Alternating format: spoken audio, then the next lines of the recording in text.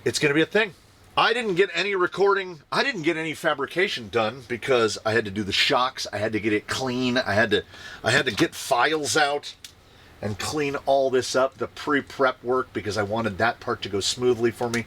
I had to prep this mount to fit the servo, all the scut work in the background, and then math, writing all over the whiteboard.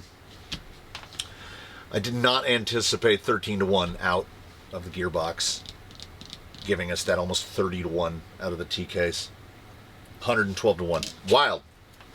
So, I have my materials. I found them. I don't know if I can make this work. And I might have to see if I have any really tiny, wispy zip ties. But how good is that? That is the boot off of some Amazon shocks. Does that go? It does. Like, oh, see, because at full extension, I think they might pull off. What if we get it right there? Yeah, I'm going to have to figure out a way to get them to retain. But I love that. That's mad scale, yo. Look at those. Oh, that's good. So, while these were not enjoyable to rebuild into the configuration that they are now, they look sick. So, I'm hoping, and I'm thinking, if she does need the Bruce upgrade later where we have to add coil springs, booster springs for her, I think they'll fit. I just thought about Bruce's rebuild. So, fabrication is about to begin. We have the spacing for our motor plate, and fortunately and unfortunately, it looks kind of like a weird little teddy bear, right? Like a little gummy bear. It is nested into the case. Otherwise, I was just going to cut a new plate that had wings on it, and then we would just need two little blocks, slide in and bolt it together. But as it is, we're going to have to use this guy to have the spacing, and that looks also like the head of a bear as well. And I can remove this plate and just punch through. We're not going to have a problem making the Delrin nose mount for this. This is gonna splap right in there, and we're going to do it. We're going to do it in that this motor is, what are they, 55? 58. These are 58. We're going to mount it such that this is far back enough. This guy is going to be back about there, because that is 68 millimeters between servo. We'll get it 69, 70 millimeters if we can, because that'll give us room for a bigger motor if down the road we need a bigger motor. I think the Fusion, I think the SE is going to run us absolutely just fine, but I don't want to just cram it right up against the back of the servo so that we have no future proofing. Look at me, he's learning, he's thinking ahead. Building the T-case adapter for this is going to be dead simple. I'm going to cut a piece of this very Delrin that is the width. We will machine it to fit in between the rails. We will determine where it needs to sit. So this part needs to be fabricated after this part because we need to know the height of the gearbox and everything. We're going to use a drive shaft, so it doesn't matter if it's up, down, side to side, front to back. We're going to figure out where that fits. And even if we do 70 millimeter, it's still, we don't want to get it too short. That guy right there. You know what I just thought? I just thought it. I probably have, yes. What if we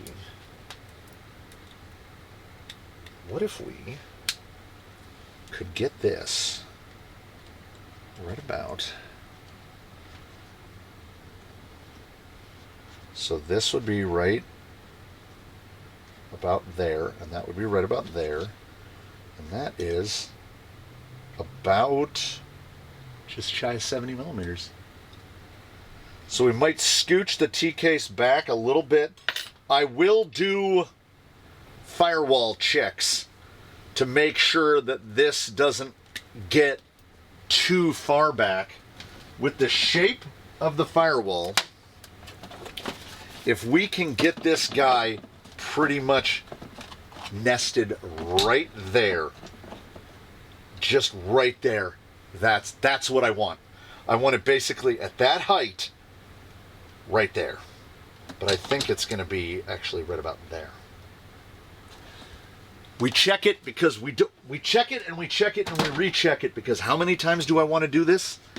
I want to do this one time. I want to cut those side pieces, giant side planks, and we're going belt, suspenders, and then a second belt in which I'm going to mount that piece. I'm considering having the piece go all the way to the front edge here and all the way back to here, so that all of these screws don't just thread into the plastic, they go through the plastic and thread into the aluminum itself. We're going to make the front end of this just an absolute rock. Like side to side rigidity is going to be ridiculous.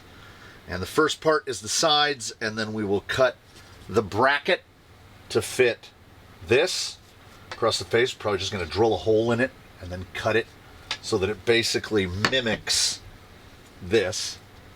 That's how that mounts. We're going to mimic that, but on our own spacing and our own depth. I am cautiously optimistic. Now that we know and double beauty, we have the FMS gear is back in service. It's going to be great. I should have thought, because the CFXW axles, the axles that were originally paired to this, basically have no portal reduction. Not only do they have a little, I want to say it's like 1.2 to 1. I'm trying to find the picture in the manual where they show the axles being built. So the pinion is a 15 and the ring gear is a 36. Right? Am I right or am I right? 36 divided by 15 is 2.4 to 1 inside the axle. So it has basically the reduction of a gearbox inside the axle, which is crazy. And then inside the deceleration gear assembly is a 14, a 14, a 14, and a 16.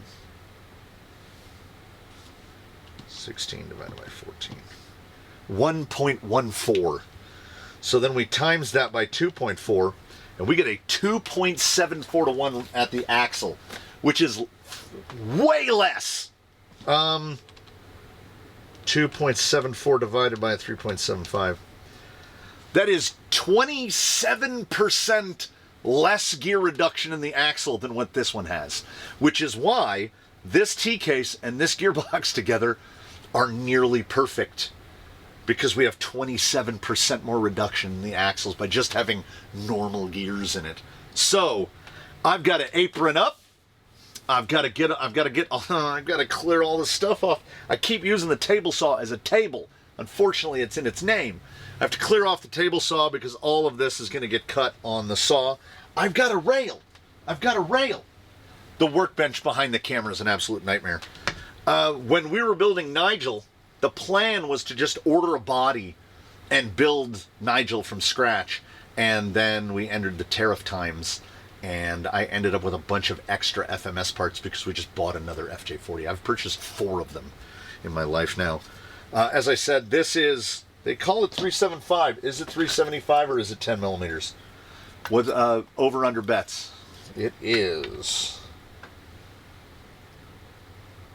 993, which is 2564s. So yeah, it is basically metric. Well, you know, a lot of things are marked as standard and are actually metric, and a lot of things are marked as metric and are actually standard. The spacing between the rails is 968. So we've got 0.3 millimeters is a thing that keeps coming in from my life. which basically means we dust the edges of that with the table saw so that these will slide right in.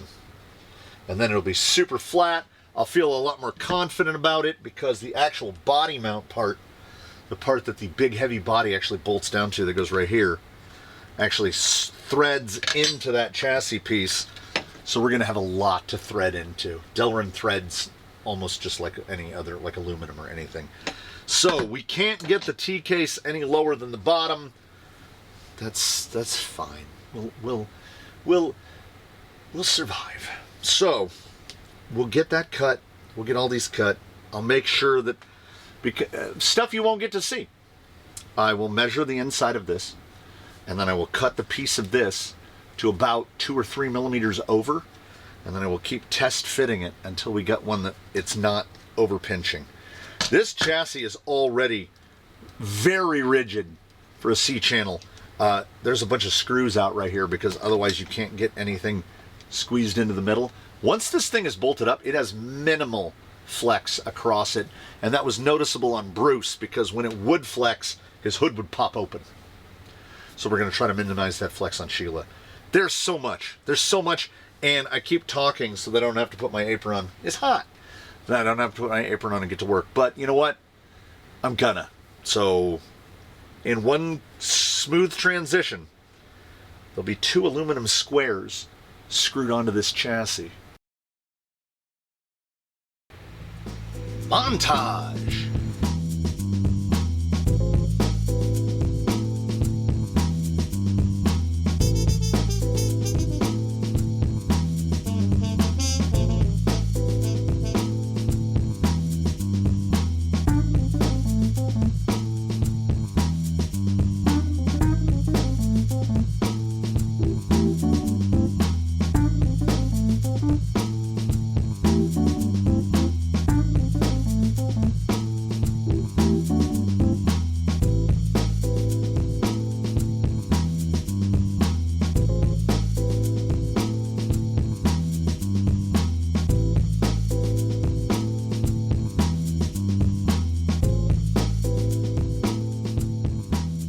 I have little recollection of what was promised, or even much less was said. What I can tell you is this. There's 70% humidity inside the building and 81 degrees. It is disgusting outside. Everything is moist. 3.5 hours passed. Closer to 4. Fabrication time on the bits that you just saw and a little bit took place over the course of 3.5 hours. And honestly, that is far quicker than I had anticipated it to be. The fenders, outer fenders, are still right here. Inner fenders. Outside the chassis rails, inner fenders. I will get to those. What I have to do right now is present to you my drivetrain. And I'm pretty happy with it. There's my adapter brackets. It happened to line up with that screw and that screw, boom. So that screw right there, a big old 22, goes through the rail, the plastic, the aluminum, and into the motor mount. The motor mount is pretty robusto in there, 10 millimeter. And you'll notice it's got a little droop on it, trying to get the motor down as low as we can. We left 15 millimeters in front of the can, which means from plate to servo we have the previously mentioned 72 millimeters. So with a little bit of trimming, I think you could put a Fusion 8 in there. Not that I would. The biggest step up I would go would be a Fusion Pro, just to get, if we need the wheel speed. It is currently set up with that biggest mod 06 I have, waiting on the delivery of the spur gear so I can swap that out and go to 48 pitch. And once I go to 48 pitch, we have any number of gearing options.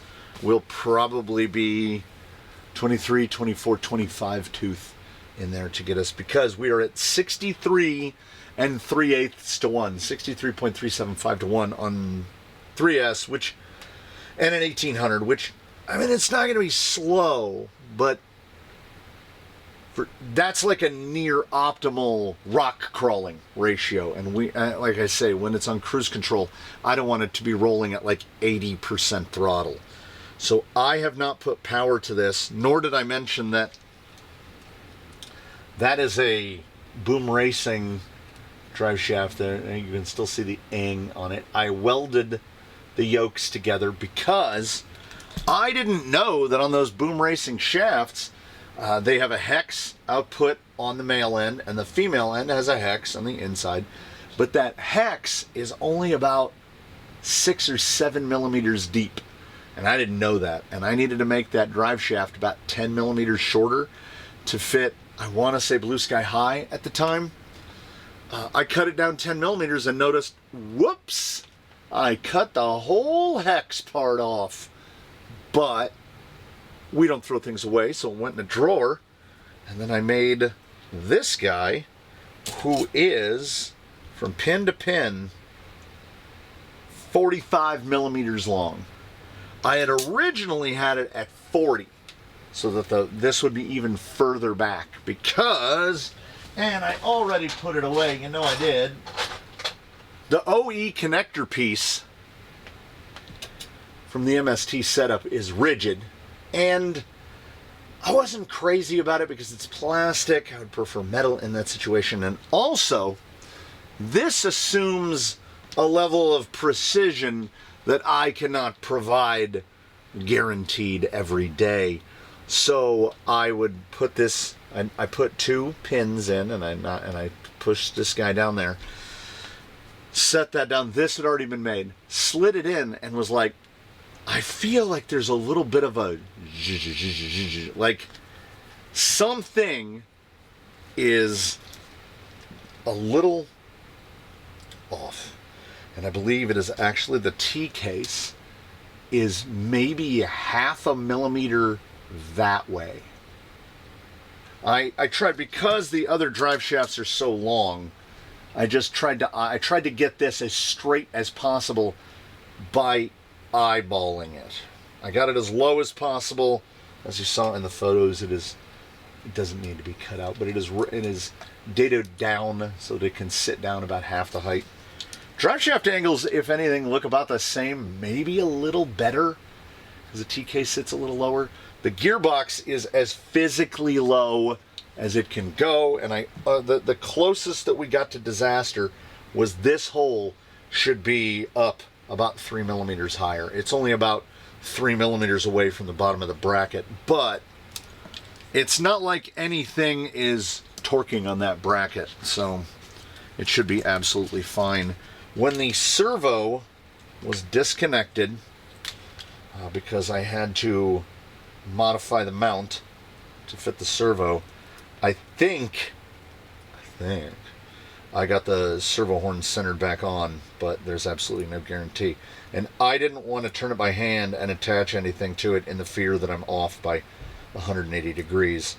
There's also that good old trusty 50-50 chance we've either wired it up, it is either the same direction of rotation or the rotation has been reversed. And we're going to find out. The 20, I mean, I wish, if I had a 25 tooth in the bin, I probably wouldn't even order the spur. I would have just run 25-62 and gone from there. But I do like 48 pitch, so we'll have to figure out what we're going to do slipper-wise for the gear. It's a low-C gear. Hopefully I can modify existing pads that I have to fit it. So what we're going to do is we're going to put power to this thing. Okay, Susan, you're fired. She's not the optimal solution as she's spinny. And in this moment, spinny is what I don't want. Alright. We've got to get that servo centered. We've got to get power to it and hope that it's going to move. Come on. There we go. Grab us a 4S. Turn on a radio. The moment of truth. Because this is the moment that, I ain't gonna lie, I'm in no rush to do this, because this is where we find out if it even worked. I mean, we'll find out once it touches the ground with wheels on it and everything, but like this thing, as we put it off another moment or two, we could turn this on and I pull the trigger and it goes, and I'm going to be like, well, now what? Because we have a time investment here, but I think I had that servo. Servo looks great. Ladies and gentlemen, it's a FMS. That's what we've got. We've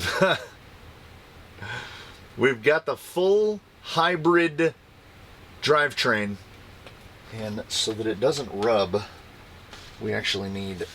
I'm gonna have to hold it. We'll do this.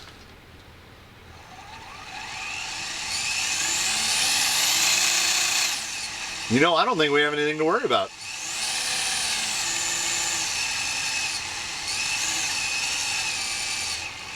Once again,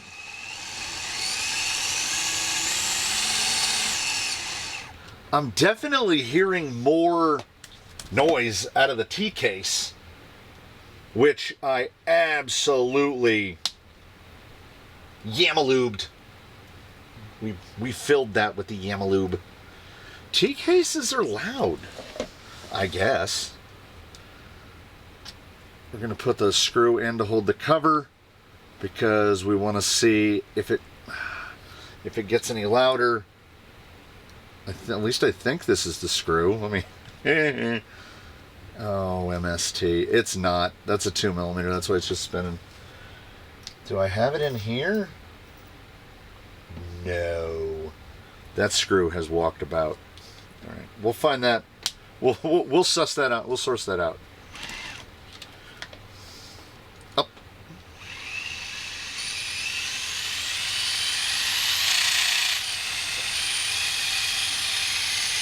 Look at that. That center drive shaft looks okay.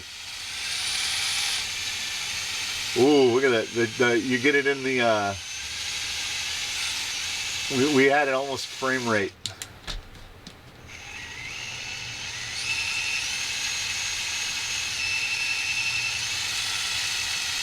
There it is. Wagon wheeling.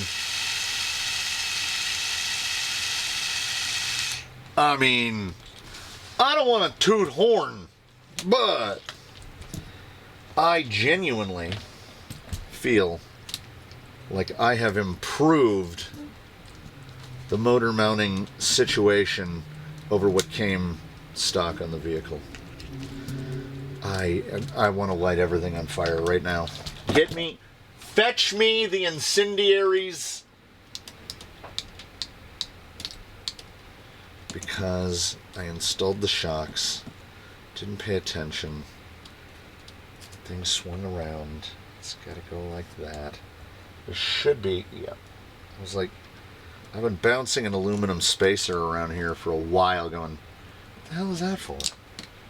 It's for this.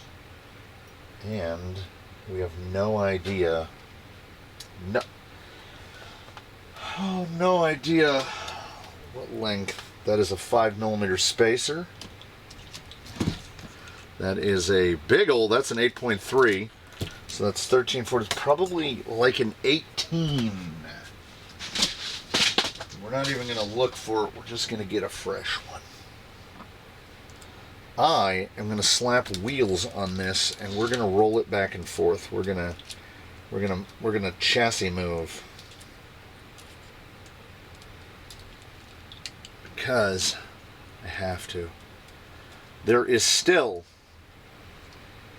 an absurd amount of things that need be done before this thing is ready to, before it's ready to move. Oh, are you joshing me?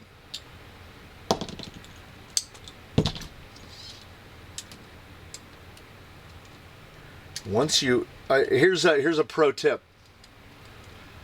Don't mix fabrication with other endeavors. There's I swear to you, the fabrication part of your brain is a different part of the brain, because then when I have to start putting things together, it gets frustrating. Okay, now why? Okay, maybe we were on the earlier hole. We were definitely on the earlier hole. Some undefined peculiarity of the leaf set up in the front here.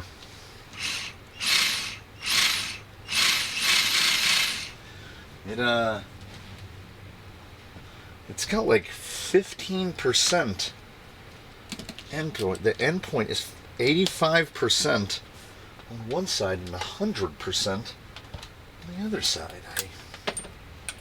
I would just accept it for what it is. I'm just borderline ecstatic that it doesn't sound bad. I mean, quieter, unless you're buying horns or firecrackers, quieter is better, man. And it's in the drivetrain or the powertrain. I want it real quiet. I have to take all of this stuff off again. Like, every screw up there in the front has to come. Man, it barfed it. It really barfed it.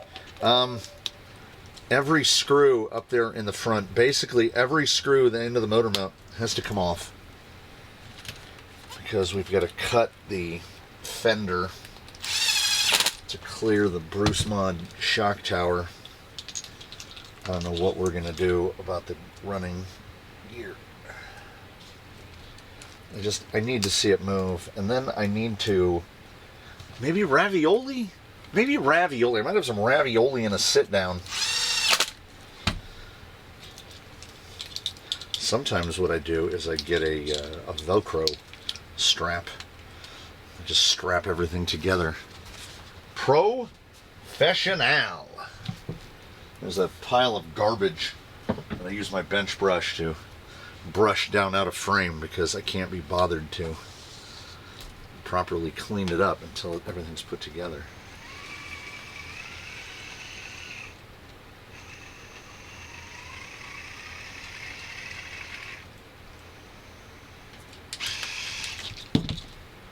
I mean, here's the thing.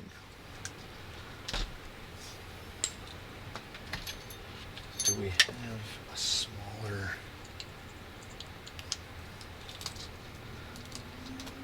There we go. There you go. Just tuck that in there. Put it in there. Here's the thing.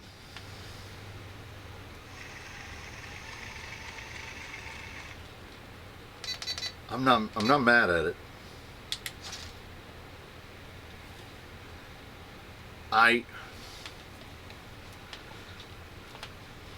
right.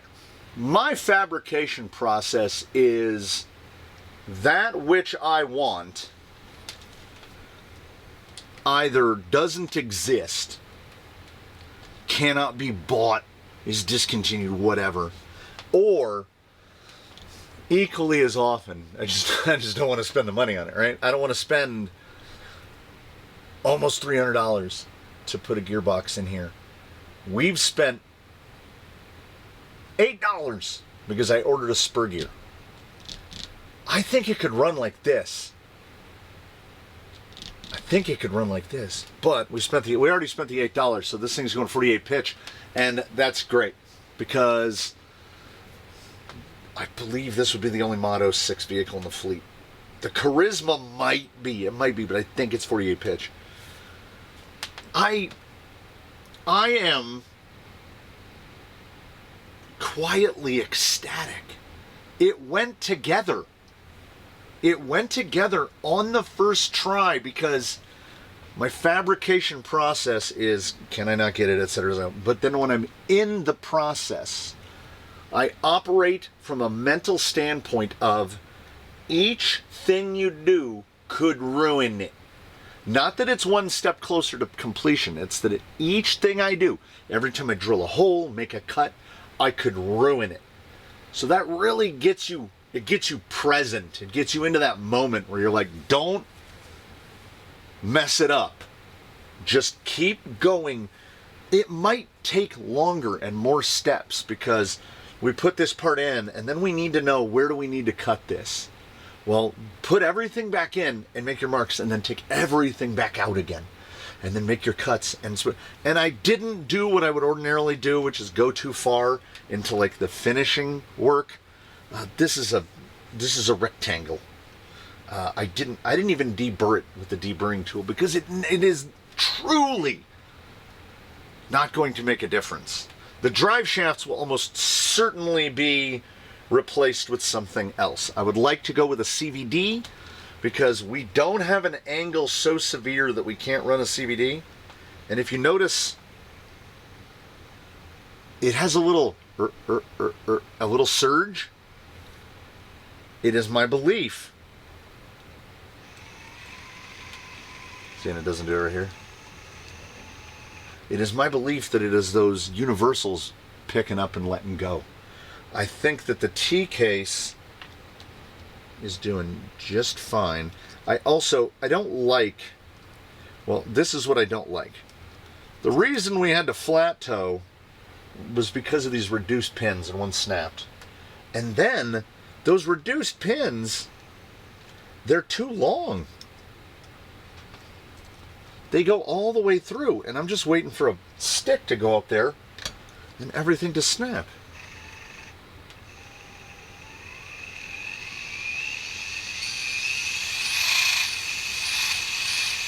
Okay. The telling of truths, I cannot believe that there is not some kind of vibration.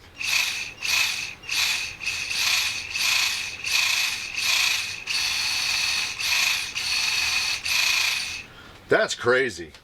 And that part right there, the part that I welded up myself out of the Boom Racing drive shaft that I ruined, should make it so that we're never in the flat towing position again. Did I mention that I ordered 2.5 millimeter carbides, and I'm going to drill out these yokes because these are 2.5, these are 2.5, these are 2.5. Everything's 2.5 except the ones at the pinion. I have extra pinions. If I ruin one, I'll drill another one because I am running 2.5, no 2 millimeter pins. No 2 millimeter pins. The gears inside the FMS appear suitably robust. They are absolutely slathered in Yamalube at all ends. I mean, woo! I can feel them. Even though, yeah, I can feel them. It almost feels like flat spots on the wheels because it goes like woo, woo, woo, like a little rhythmic. And I think we can get rid of that rhythmic. The drive shafts are